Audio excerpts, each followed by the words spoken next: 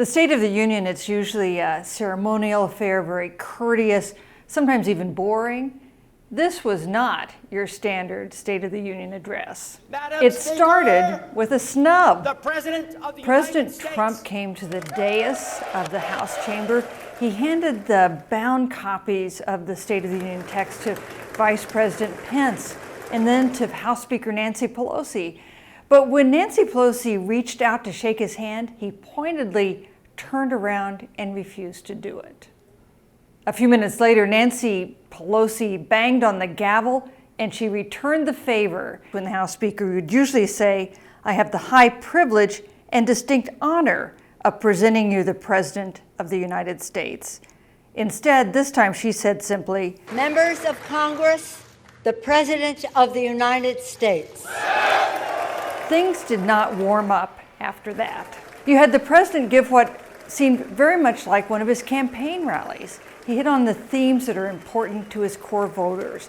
He talked about appointing conservative judges, about restricting abortion, about building a wall along the southern border.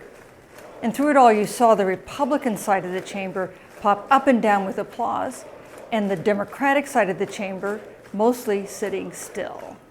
There were some reality TV kind of moments that tugged at the heartstrings. We saw a little girl being told that she had just won a scholarship to go to the school that she wanted to attend. We saw a soldier from Afghanistan come back and surprise his 2 young children and his wife by appearing in the House gallery. But the overall tone of the evening was cutting, even angry.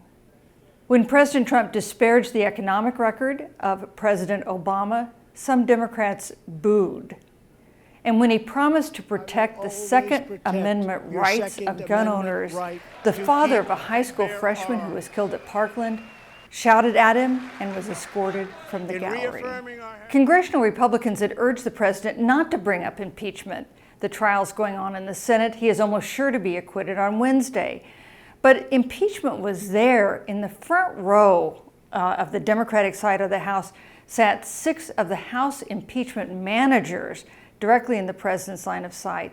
And elsewhere in the chamber, Pat Cipollone, the White House counsel who's been leading his defense, was there as well. When the president finished speaking, Nancy Pelosi picked up the text of the president's speech and ripped it in half.